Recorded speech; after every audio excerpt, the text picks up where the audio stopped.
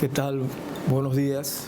Reciban todos una cordial bienvenida y un gran abrazo de parte de su amigo y hermano Euclides Villalobos. Me toca hoy básicamente desarrollar el tema antes de la caída. Y este tema está basado en el relato del libro del Génesis, donde encontramos información acerca de cuando Dios puso al hombre en el huerto de Edén. Para obviar un poquito de tiempo, vamos a leerlo de manera fragmentada a medida que vamos desarrollando el tema, porque este no va a ser un tema que desarrollaremos punto por punto o versículo por versículo, sino más bien haremos un énfasis que está basado en 4 elementos claves, que es lo que entendemos, enfatiza este fragmento de la Biblia. Déjenme empezar diciendo que las Sagradas Escrituras fueron escritas en idiomas como por ejemplo el paleohebreo, el hebreo antiguo, el hebreo original, arameo, griego, pero ninguno de estos idiomas con los que se escribió la Biblia se habla hoy. Luego entonces es un verdadero desafío tratar de interpretar de la manera más correcta posible los fragmentos que encontramos en la Biblia con fines de enseñanza o aprendizaje personal. En ese sentido, nos toca entender la tremenda responsabilidad que esto significa, de tal manera que no pudiésemos leer un versículo y tratar de retrotraerlo a nuestro tiempo, a nuestro siglo XXI y pretender desarrollar una serie o una temática en base a eso. No pretendemos eso. Lo que sí pretendemos es entender que la Biblia tiene diferentes énfasis. Dios habla de diferentes maneras. Dios habla a través de sus escritos en forma poética, en forma narrativa, etc. Bueno, uno de los libros más combatidos por generaciones, más atacados por generaciones, es el libro del Génesis. Posiblemente por sus relatos sobre la creación del mundo, sus relatos sobre el hombre cuando estuvo en el huerto de Edén. La gente dice, Edén, ¿eso qué es? ¿Dónde está? Sus relatos acerca de Sodoma y Gomorra, por ejemplo, etcétera. Entonces, hoy día encontramos este tipo de detractores de la Biblia en todas partes del mundo. Algunos se levantan a decir, eso es pura historia, puro cuento, puras cuestiones que no tienen mayor sentido. Otros no pensamos de esa manera. Otros creemos que esta es la palabra de Dios y que Dios habla de muchas maneras a sus hijos. Antes de leer el Génesis capítulo 2, donde está la narrativa de la historia donde Dios pone al hombre en el huerto del Edén, permítame citar Hebreos 13:8, que dice, Jesucristo es el mismo ayer, hoy y por los siglos. Y es precisamente eso lo que queremos enfatizar en esta reflexión de esta mañana. Queremos con ustedes descubrir al Dios del ayer, al Dios que hace milenios creó todo lo que existe. Queremos descubrir con ustedes cómo era ese Dios, qué hacía, cómo lo hacía, por qué lo hacía. Y queremos retrotraer ese conocimiento al presente para hacer una especie de contraste y luego una proyección hacia el futuro, la que le hemos llamado el Dios del mañana. Esos 3 elementos de Dios están perfectamente concentrados en el relato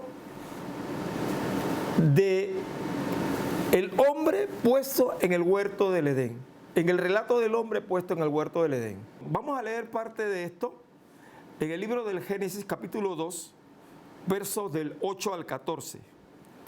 Dice así la palabra del Señor. Y Jehová Dios plantó un huerto en Edén al oriente y puso allí al hombre que había formado. Y Jehová Dios hizo nacer de la tierra todo árbol delicioso a la vista y bueno para comer. También el árbol de la vida en medio del huerto y el árbol de la ciencia del bien y del mal. Y salía de Edén un río para regar el huerto, y de allí se repartía en 4 brazos. El nombre de uno era Pisón. Este es el que rodea toda la tierra de Ávila, donde hay oro, y el oro de aquella tierra es bueno. Hay allí también bedelio y ónice. El nombre del segundo río es Gihón. Este es el que rodea toda la tierra de Cus. El nombre del tercer río es Hidekel. Este es el que va al oriente de Asiria. Y el cuarto río es el Éufrates. Ok. Cuando leí este texto, me preguntaba, Dios pudo haber narrado, si se puede decir algo, esto de la siguiente manera. Y puso Dios un río en el huerto que había puesto en Edén para que regase el huerto. Y punto. Pero Dios no hizo eso, sino que enfatizó que ese río que él había puesto en Edén era un río tan caudaloso que se partía, se dividía en 4 brazos, y luego menciona sus nombres. Hace un momento, cuando les hablaba acerca de los idiomas en los que se escribió la Biblia, y que son idiomas que no se hablan hoy, simplemente que se han perdido en el tiempo, pero gracias a Dios que hoy nos quedan herramientas. Existe también la erudición que nos provee muchas herramientas para poder de alguna manera interpretar sobre cosas que hace miles de años desaparecieron. Y esta es precisamente una de ellas. Cuando la Biblia habla de un río y un volumen caudaloso, cuando la Biblia habla de un lugar que se llama Edén, tú te preguntas, ¿eso qué es? ¿Eso dónde queda? Bueno, al día de hoy no hay manera de saber dónde queda el Edén. Pero los ríos en los que se dividió aquella masa de agua nos dan una pista para ir desenmadejando cosas. Por ejemplo, en el idioma latino, el español, utilizamos la palabra huerto para definir algo tan pequeño que cabe en el patio trasero de mi casa, por ejemplo. Es muy común, no sé si en el resto de América Latina, pero en Panamá es muy común que cuando se nos dice, tengo un huerto, y tú te imaginas que un huerto es un pedacito de tierra en el patio trasero de tu casa, pues. Pero yo quiero invitarles a ustedes a pensar que cuando en la Biblia habla del huerto que estaba en Edén, no era poca cosa. Era una cuestión enorme, era una masa de tierra enorme que regaba una gran parte de la tierra. Y para eso, permítanme solamente esbozar un elemento, que es el que queremos enfatizar en este momento. El elemento que queremos enfatizar es que la obra de Dios es tan grande que grita y habla de quién es Él. Cuando usted ve la obra de Dios y se asombra por lo grande que es, por lo inescrutable que es, por lo extraordinaria que es, usted no puede menos que pensar en el creador de esa obra. Y es por eso que el énfasis que se hace en el libro del Génesis tiene que ver con lo grande que era el huerto que estaba en Edén. Precisamente por los ríos que salían de aquel gran río que regaba el huerto. Vamos a ver si puedo explicar esto. Había un río que se llamaba Pisón. Hoy día hay una tremenda discusión entre los académicos con respecto al río Pisón. En resumidas cuentas, nadie sabe dónde queda el río Pisón. Algunos dicen que desapareció de la faz de la tierra hace milenios. Yo no sé. Pero en lo que sí parecieran algunos eruditos estar de acuerdo, por lo menos los menos conservadores, asocian al río Pisón con el río Indo. Y cuando yo investigaba esto, me daba cuenta perfecta que el río Indo, de ahí la palabra India, el río Indo nace en el Tíbet, riega China. ¿Ustedes se imaginan el tamaño de China? Nace en el Tíbet, riega China, sigue por Pakistán y riega toda la India, se une con el Ganges. Imaginen nomás la inmensidad de esas aguas. Y ese es uno de los brazos de aquel gran río que regaba el huerto que estaba en el Edén. El otro río era Gihón.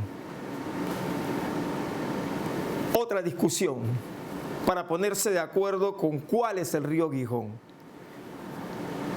La referencia más fresca que tenemos, la tenemos del siglo I después de Cristo, cuando Flavio Josefo asocia al Gihón con el río Nilo y lo ubica en Egipto. Pero dice aquí en la Biblia que este es el que riega la tierra de Cus. En la actualidad se plantea que Cus es de Etiopía.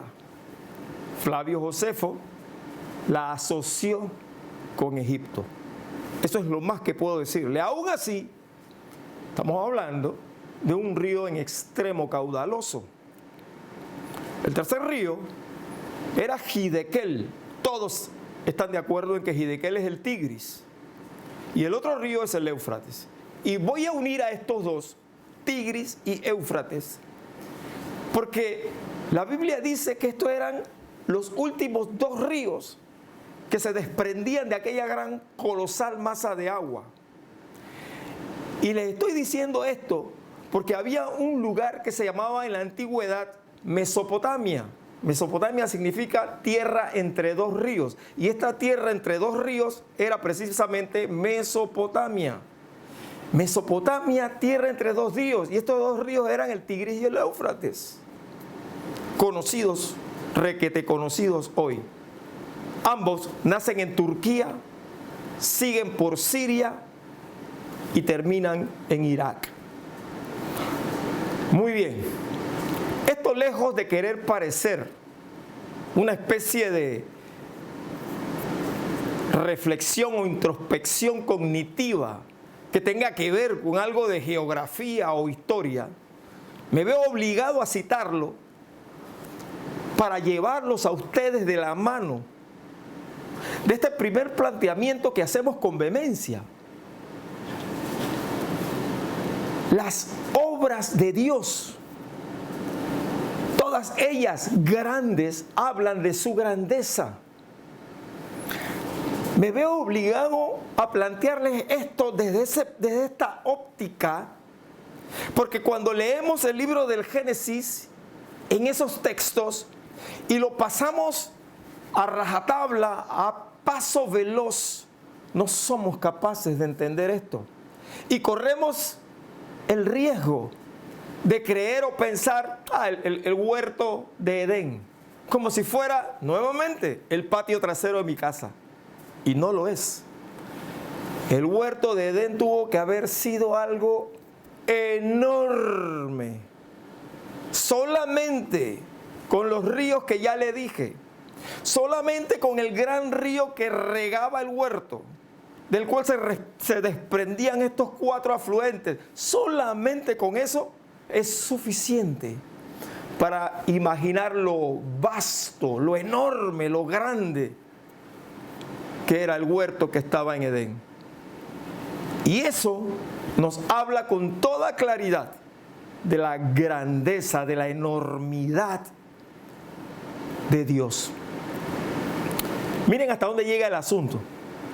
Recuerden que hace un momento les citaba Hebreos 13:8, que dice Jesucristo es el mismo ayer, hoy y por los siglos, y les planteaba en la introducción cómo queríamos ver cómo era el Dios de ayer, el Dios de la creación, cómo era, qué hacía, cómo se movía, para contrastarlo con el Dios del presente. No pierda de vista eso, porque precisamente ese texto que citamos en el libro de Hebreos está inmerso en un capítulo 1 del libro de Hebreos que se introduce de esta manera. En el pasado, Dios habló a los padres por medio de los profetas, pero hoy nos ha hablado por medio de su Hijo. Vamos a hacer un punto, vamos a hacer un alto allí. ¿Cómo hablaba Dios en el pasado? Dice, a través de los profetas. Pero tendemos a pensar, cuando se nos habla de profetas, en Isaías, Jeremías, Ageo, los más conocidos por lo menos.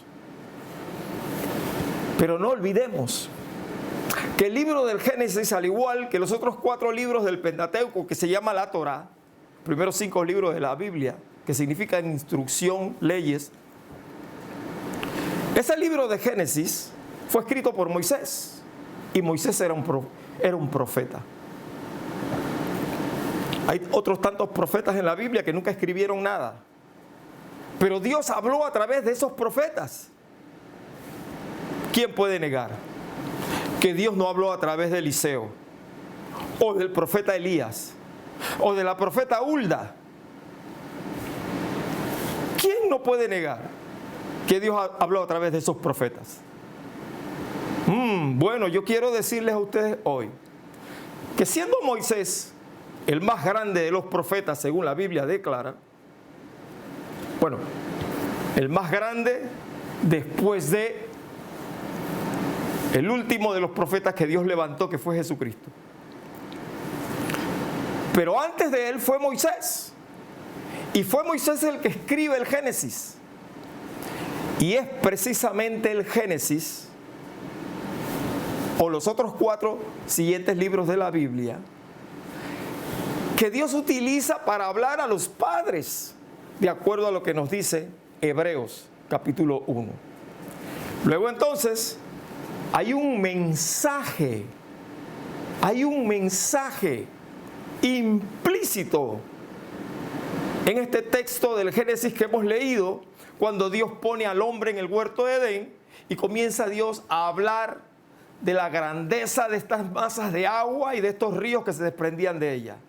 Es para que entendamos lo maravilloso, lo grande, lo enorme que es Dios. Y desde el principio, Dios estuvo interesado en que todos los que nos acercásemos a Él supiésemos eso. Nuestro Dios no es cualquier Dios. Nuestro Dios no es uno de los dioses cananeos. Nuestro Dios es Jehová, el Dios de los escuadrones de Israel, Jehová de los ejércitos, tal cual Él le dijo a Moisés.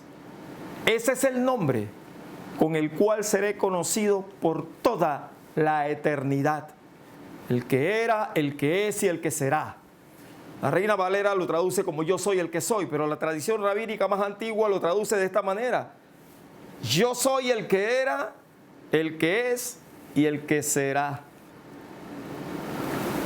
Muy bien, yo reflexiono pensando en esta enormidad de la que le estoy compartiendo, que a mí me asombra profundamente y me hace ver a mi Dios, o por lo menos intento ver a mi Dios como lo que Él es, y me quedo realmente corto en su inmensidad, en su enormidad.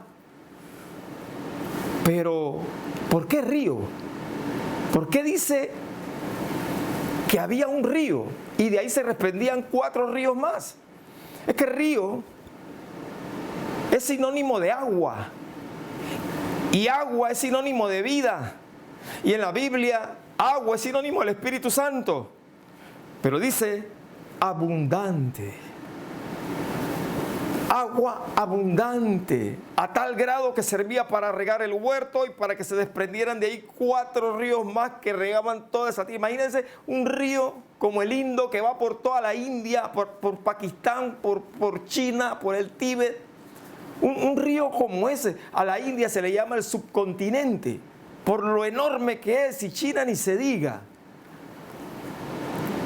Entonces les digo todo esto para que podamos, por lo menos, hacer un intento serio de ver a Dios en la inmensidad de su grandeza, por lo que sus obras dicen de Él.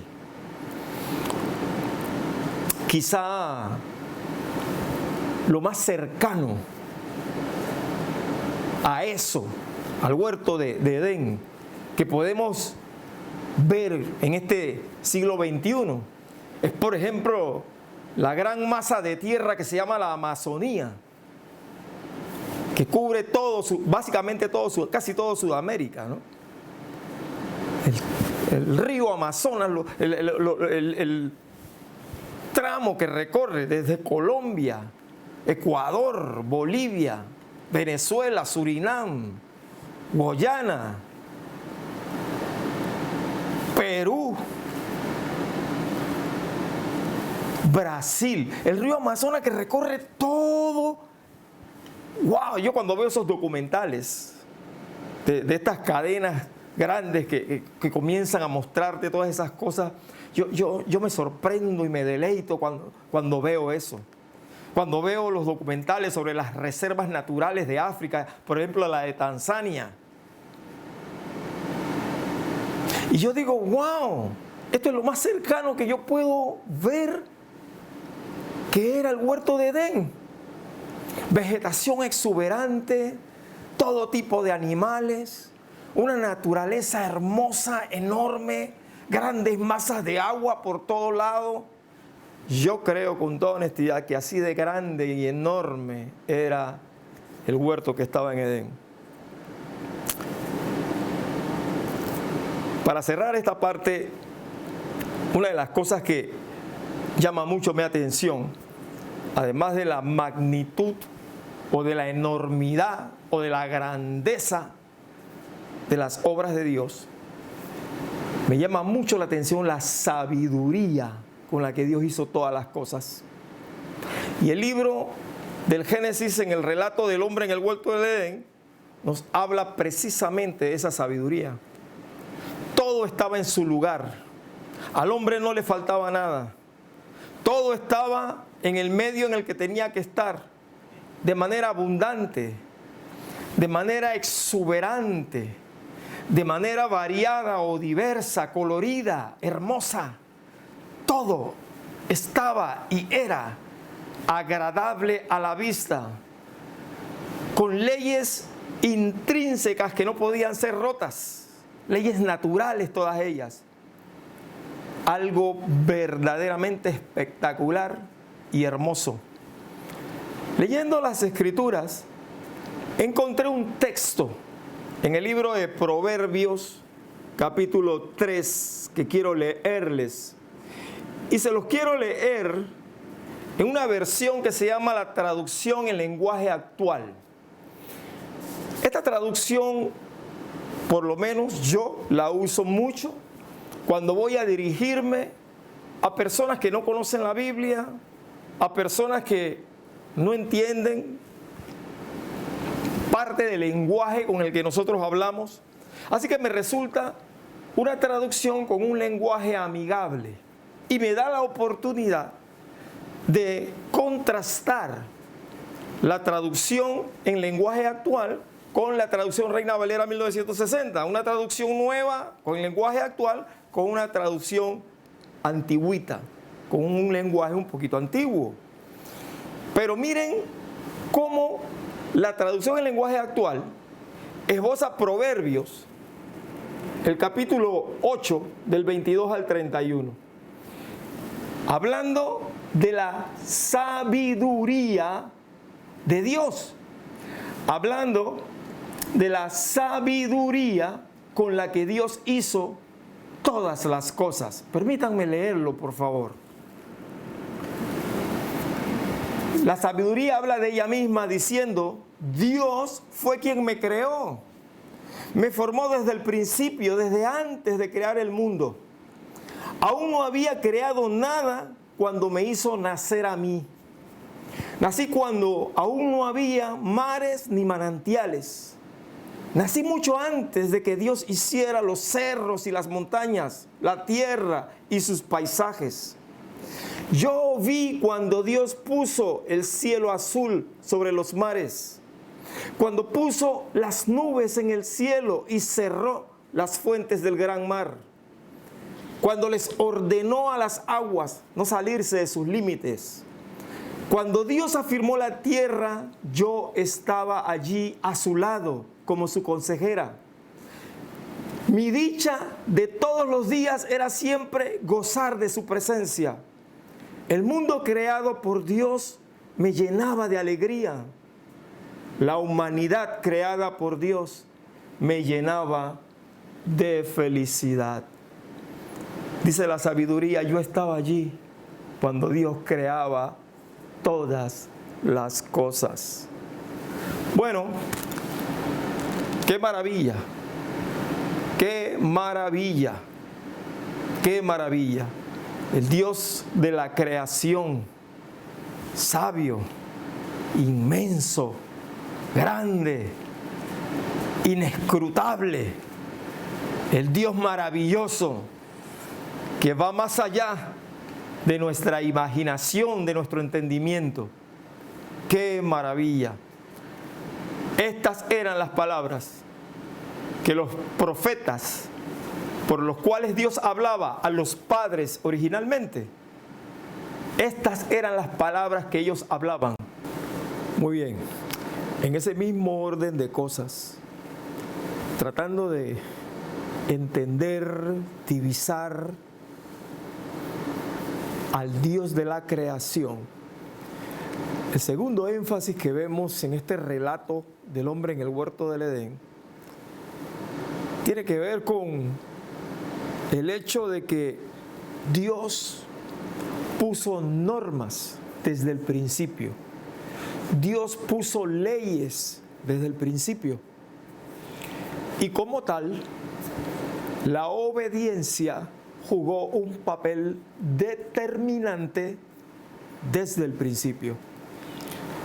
Miren lo que dice el capítulo 2, el verso del 15 al 17. Tomó pues Jehová Dios al hombre y lo puso en el huerto de Edén para que lo labrase y lo guardase. Y mandó Jehová Dios al hombre diciendo: de todo árbol del huerto podrás comer, mas del árbol de la ciencia del bien y del mal no comerás, porque el día que de él comieres ciertamente morirás. No vamos a hablar de si es simbólico o real el árbol de la ciencia del bien y del mal. No vamos a hablar de su fruto.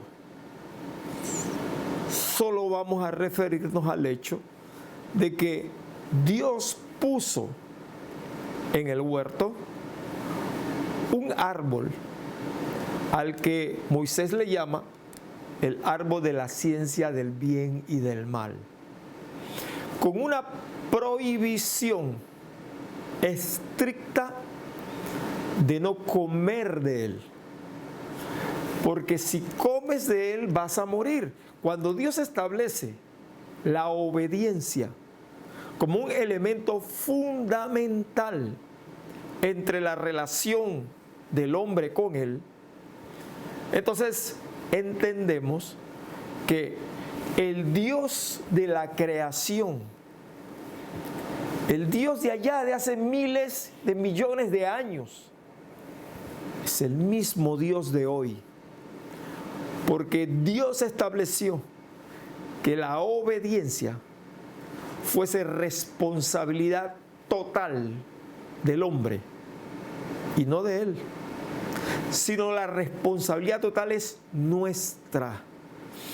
Y esa responsabilidad que tenemos que asumir ante la demanda de Dios no se da única y consecuentemente después de la caída, sino que antes de la caída del hombre, Dios estableció que la obediencia sería la norma con la que cualquier mortal habría de relacionarse con Él. Tácito y sobreentendido. Y sobre eso no hay mucho que agregar, a tal grado que el Génesis no puede ser más claro cuando Dios declara a través de este escrito: bueno, si comes, ya tú sabes, morirás, así que es mejor que obedezcas. Bueno, ya ustedes saben qué fue lo que sucedió. El tercer énfasis que queremos hacer tiene que ver con la narración del versículo 17 al 20. Dice así: mas del árbol de la ciencia, del versículo 18 al 20. Y dijo Jehová Dios: no es bueno que el hombre esté solo, le haré ayuda idónea para él. Jehová Dios formó pues de la tierra toda bestia del campo, toda ave de los cielos, y las trajo a Adán para que viese cómo habría de llamar. Y todo lo que Adán llamó a los animales vivientes, ese es su nombre. El 20, y puso Adán nombre a toda bestia y ave de los cielos y a todo ganado del campo. Mas para Adán no se halló ayuda idónea. Aquí la clave o el énfasis es que Dios hablaba con Adán. Es más, miren lo que pasó en el verso 21. Dios hizo caer un sueño profundo sobre Adán, y mientras éste dormía, tomó una de sus costillas y cerró la carne en su lugar. Y de la costilla, dice el 22, y de la costilla que Jehová Dios tomó del hombre, hizo una mujer y la trajo al hombre. Vamos a hacer un alto ahí. El tercer énfasis que queremos hacer tiene que ver con la condición de santidad con la que Dios creó al hombre. Tan santo era el hombre que Dios había creado, que Dios hablaba con él sin intermediario. Con sus propias manos lo creó y hablaba con él sin intermediarios. Era tan santo que Dios lo tocó. Dice, metió su mano en su costado y extrajo, sacó una costilla, y de la costilla hizo a una mujer, a su mujer. Ese énfasis que hace la Biblia en este extracto del libro del Génesis nos habla de la santidad con la que Dios creó al hombre, porque Dios es santo. Y Dios no tiene ningún contacto con aquello que no ha sido santificado. Si no, lea toda la Biblia y se va a dar cuenta perfecta de que así es. Así que ese tercer énfasis no deja de ser especial, porque aunque está allí, no se lee a prima facie. El cuarto elemento que queremos esbozar está desde el verso 23 al verso 25. Miren cómo dice: Dijo entonces Adán, una vez que Dios le presentó a la mujer que había creado, dijo entonces Adán, esto es ahora hueso de mis huesos y carne de mi carne. Esta será llamada varona porque del varón fue tomada. Por tanto, dejará el hombre a su padre y a su madre y se unirá a su mujer y serán una sola carne. Y estaban ambos desnudos, Adán y su mujer, y no se avergonzaban. Creo que el otro énfasis que Moisés hace aquí tiene que ver con lo maravilloso de la creación que Dios había hecho cuando le presentó la mujer al hombre. Cuando Adán vio a su mujer, entendió, y lo entendió rápidamente, que lo que estaba viendo era inconcebible, inexplicable, sorprendente. Aquello iba más allá de lo que él jamás pudo soñar. Yo creo que la palabra que dijo Adán ahí, esto es ahora carne de mi carne, seré llamada varona porque del varón fue tomada. Yo podría simplemente expresarlo con una sola palabra. ¡Wow! Tengo un amigo que cuando hablaba de esas cosas maravillosas que Dios hace, decía ¡wow! Yo creo que ¡wow! Era la palabra que cabía aquí, o que resumiría aquí todo lo que vio Adán en su mujer. Muy bien, hemos tratado de señalizar, enfatizar 4 elementos que están inmersos en el relato del Génesis, el hombre en el huerto de Edén. Y hemos tratado de esbozar 4 énfasis. El primero de ellos tiene que ver con que la obra de Dios, la obra de sus manos, que es inmensa, grande e inescrutable, habla, grita a voces sobre quién es Él. Lo segundo que estábamos viendo es que desde el principio Dios estableció reglas, siendo la obediencia el postulado máximo que regía nuestra relación con Dios. Hasta el día de hoy es así. El tercer énfasis tiene que ver con la condición de santidad con la que Dios creó al hombre. Hablaba con él, lo tocaba, tenía un contacto íntimo y directo con él. Y el cuarto énfasis que hicimos tiene que ver con lo sorprendente y maravilloso de la creación de Dios reflejada en la mujer. Ok,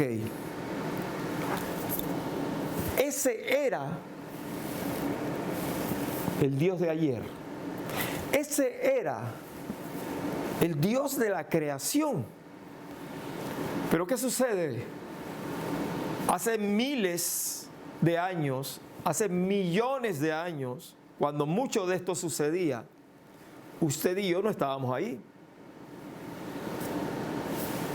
Lo único que tenemos usted y yo ahora es este presente.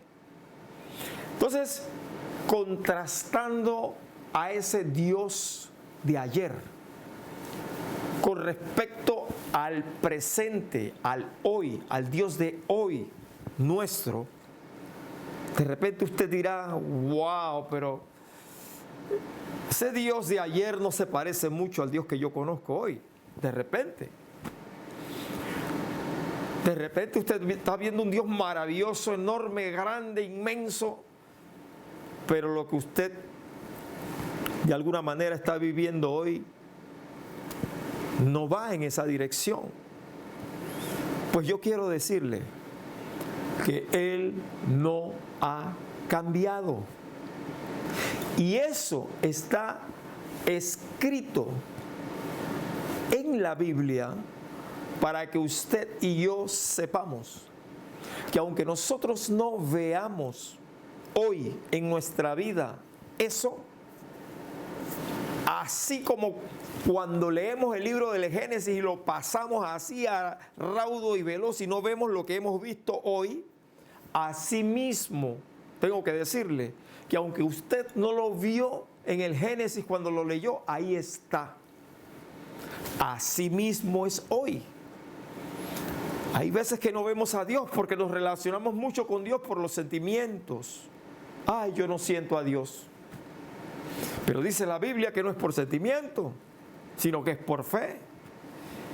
Y eso está escrito allí para que usted y yo sepamos que el Dios de ayer, que hizo el universo, que puso al hombre en el huerto de Edén, que hizo todas esas maravillosas obras, ese Dios de ayer es el mismo Dios de hoy.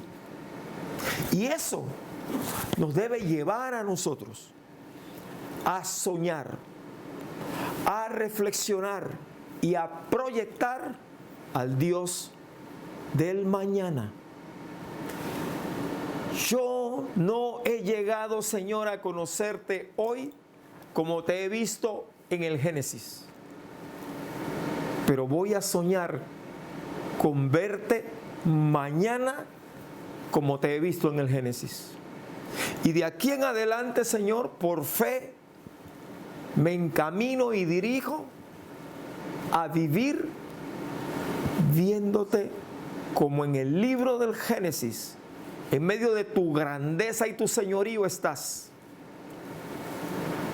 El Dios abundante, el Dios maravilloso, el Dios increíble, es el mismo Dios de hoy.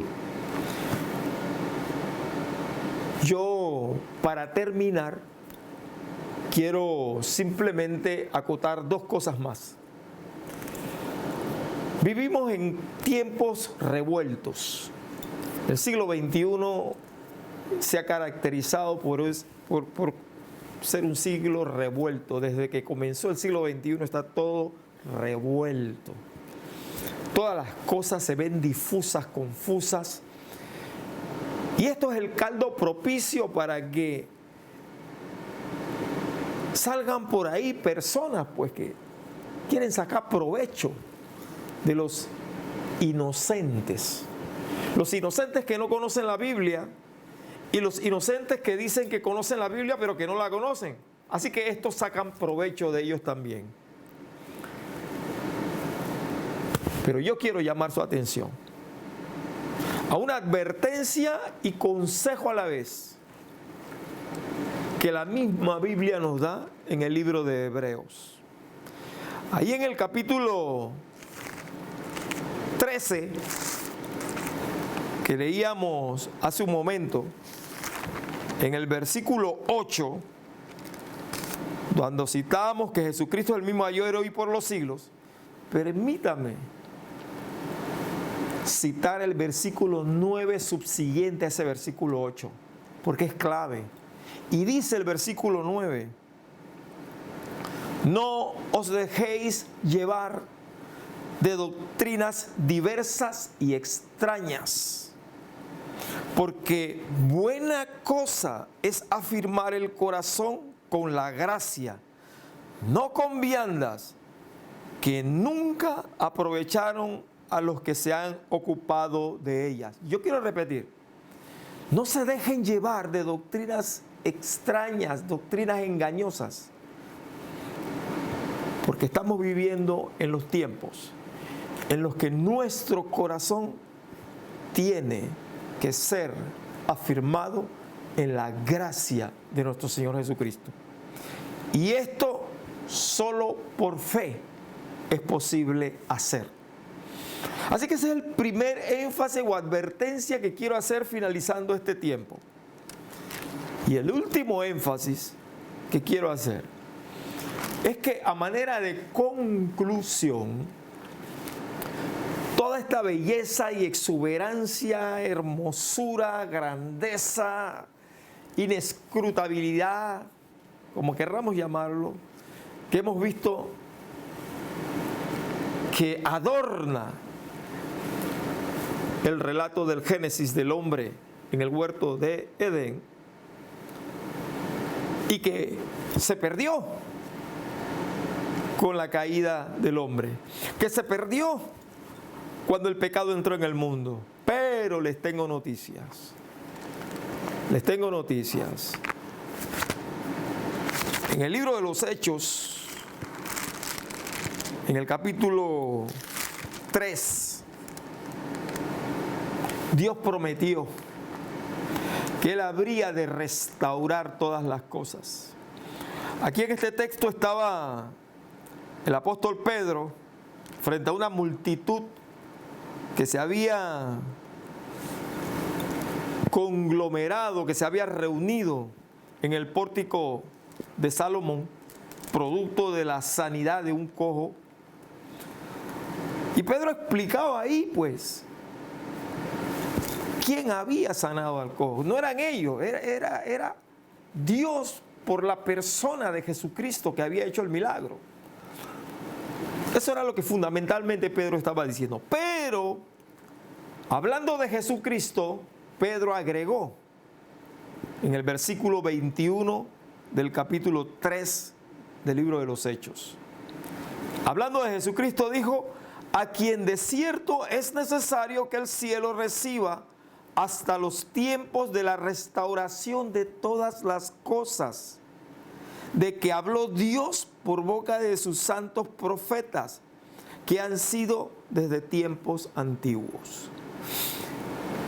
Está afirmando que por Jesucristo todas las cosas serán restauradas. Y fue Juan en la isla de Patmos, cuando se escribía el libro de Apocalipsis, quien aterrizó de una manera gráfica lo que significa la restauración de todas las cosas. Mire lo que dice el capítulo 21, verso del 1 al 3. Y vi un cielo nuevo y una tierra nueva, porque el primer cielo y la primera tierra pasaron, y el mar ya no existía más. Y yo, Juan, vi la santa ciudad, la nueva Jerusalén, descender del cielo de Dios, dispuesta como una esposa ataviada para su marido. Y oí una voz del cielo que decía: he aquí el tabernáculo de Dios con los hombres, y Él morará con ellos, y ellos serán su pueblo, y Dios mismo será con ellos como su Dios. El verso 22 y 23 de ese mismo capítulo dice: y no vi en ella, hablando de la nueva Jerusalén que desciende del cielo de Dios, dice el apóstol Juan, no vi en ella templo, porque el templo de ella y el cordero, y no vi en ella templo, porque el Señor Dios Todopoderoso es el templo de ella y el cordero. La ciudad no tiene necesidad de sol ni de luna que brillen en ella, porque la gloria de Dios la ilumina y el cordero es su lumbrera.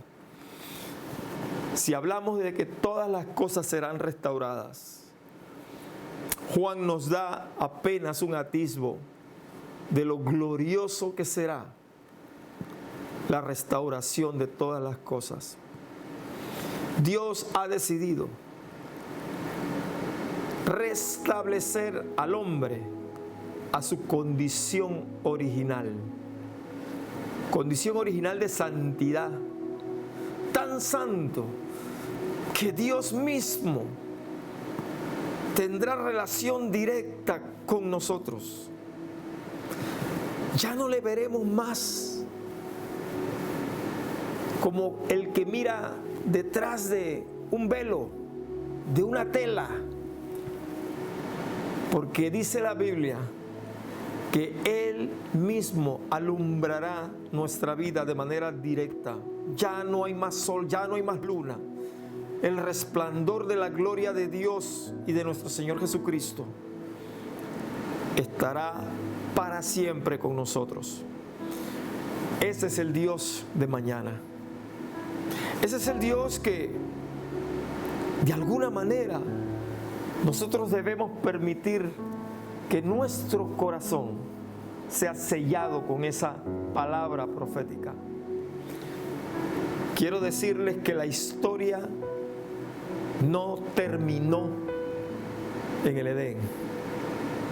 No terminó en ese huerto. La historia comenzó allí.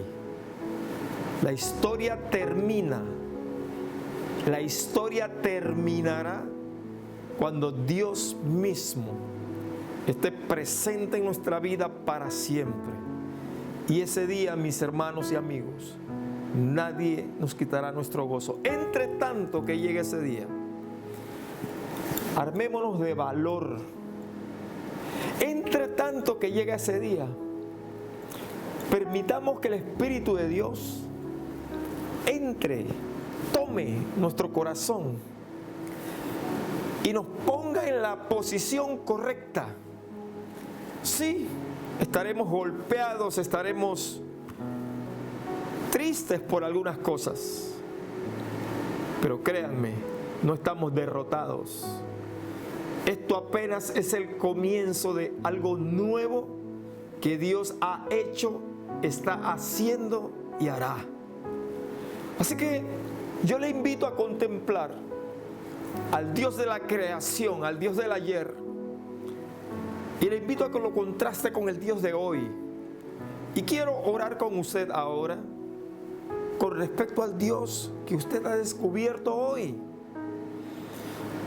que, como le decía hace un momento, de repente no se parece mucho al Dios de la creación. No importa, pero hoy vamos a abrir la puerta del corazón para que ese Dios del huerto de Edén se contraste con nuestra vida hoy de tal manera que la gloria de ese contraste nos permita proyectarnos y vivir hoy el Dios del mañana. Porque créanme, lo que Él dijo que sucedería, sucederá. Él no es hombre para mentir, ni hijo de hombre que se arrepienta. Así que todos ustedes y yo podemos descansar en la paz del Señor. Y no porque hemos muerto, podemos descansar en la paz del Señor porque estamos serenos, esperando el día glorioso de la manifestación de nuestro Cristo. Permítanme orar con ustedes, iglesia, amigos, que quieren abrir su corazón en este momento al Señor. Yo quiero orar con usted. Si usted no conoce a ese Dios de la Biblia del que hemos compartido, pero usted anhela conocerle, si usted se siente tan lejos de ese Dios del que hemos hablado, el cual está tan cerca, yo te invito a que conmigo hagas una oración, abriendo tu corazón a Él y pidiéndole que venga y entre a tu vida y te permita el placer y el privilegio de descubrirle. Te invito a que repitas conmigo esta oración. Repítela después de mí. Yo lo voy a hacer muy lentamente para darte la oportunidad de que tú lo repitas. No hay nada de mágico en esta oración que vamos a hacer. Es un acto de fe en el que te acercas a Dios, abres tu corazón y permites que Él entre y haga en tu vida la obra que Él quiere hacer. De tal manera que puedas descubrir el nacimiento de una nueva vida en ti. Ora conmigo y di estas palabras. Padre, te agradezco. Repite después de mí. Padre, te agradezco por esta palabra que hoy a mi corazón ha venido. Quiero abrir mi vida a ti. Quiero abrir mi corazón a ti, como nunca antes lo hice ni pensé hacerlo. Entra a mi vida.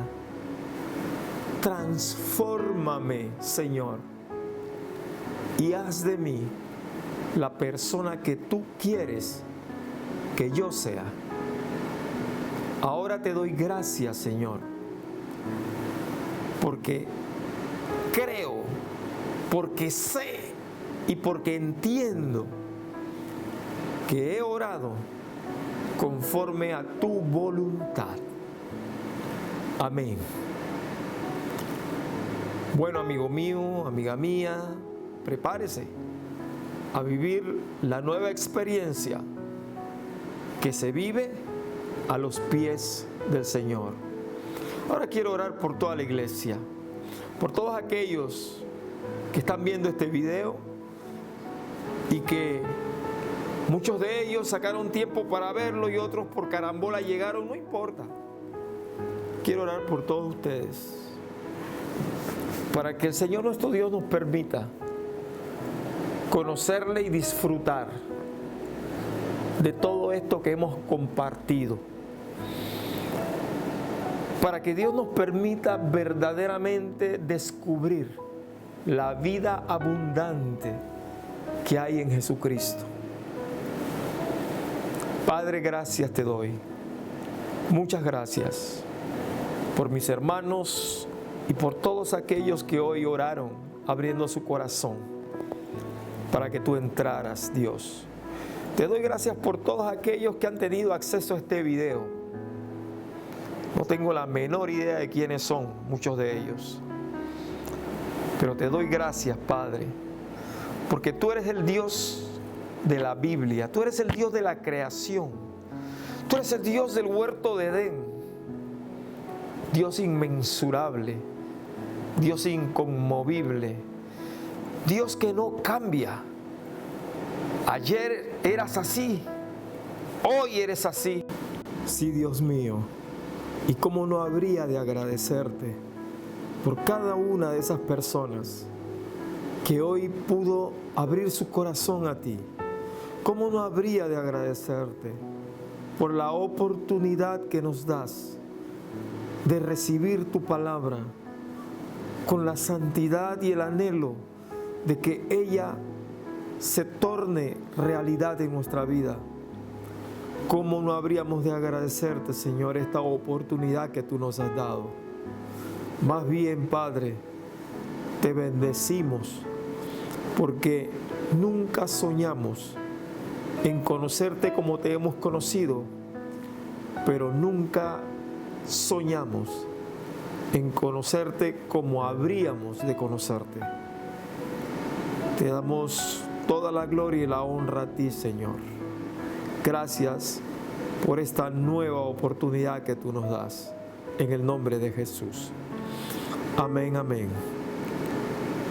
Bueno, solamente te digo,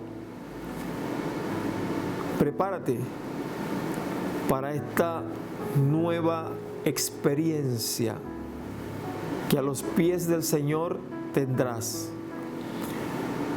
Y le hablo a toda la iglesia y le hablo a usted que por primera vez está escuchando este mensaje. Porque delante de Dios todas las cosas se las hace nuevas. Dios quiere renovarnos. Dios quiere que le conozcamos de verdad, de verdad. Así que esta es una nueva oportunidad que Él nos da. Si por alguna razón tú que me estás viendo necesitas ayuda, tienes alguna necesidad, alguna enfermedad, alguna situación que tú sientes que es tan asfixiante que no la puedes sobrellevar y necesitas hablar con alguien, llámanos. Allí está el teléfono, abajo puedes mirar ese número, llámanos. Y siempre habrá alguien que pueda conversar contigo, orar por ti y ayudarte en todo lo posible. Que Dios te bendiga y prospere tu camino siempre. Amén. Saludos.